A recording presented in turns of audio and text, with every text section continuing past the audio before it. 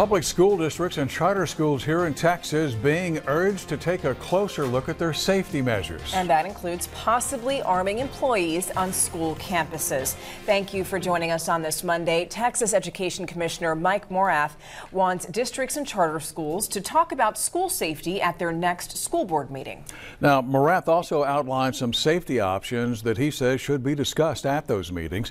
Jane Caffrey is covering that story for us today. She joins us now with a look at those options and some of the local response to them. Jane.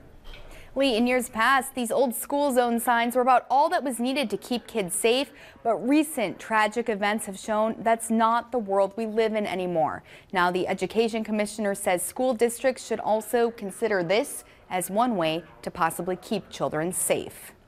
In the wake of the Florida school shooting, the state's Education Commissioner has made safety in Texas schools a top priority. CCISD officials agree it's an important conversation. Foremost concerns is always that school safety for our children. We want our parents and the community to know that their school kids are safe when they're at school. And to ensure that, the TEA wants school boards to consider several security options, like hiring a resource officer, having on-campus police, bringing in private security, and increasing security equipment. Another consideration, arming teachers.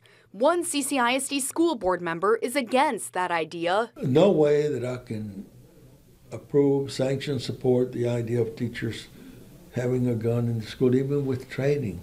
Their job is to teach. The chief of CCISD police also says arming teachers is not necessary because the district has its own police department. Instead of having someone secretly having a gun, they put someone in a uniform.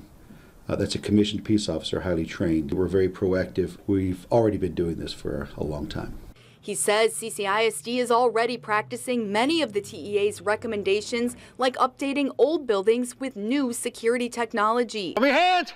Show me your hands! A few changes the district has decided to implement since the Florida shooting. There will be more active shooter trainings and more lockdown and shelter-in-place drills. We're going to be enhancing that, doubling the number of drills we do for next year. The school board will get a safety update from Chief Warnke and discuss some of these ideas at their next meeting on March 26th. Lee?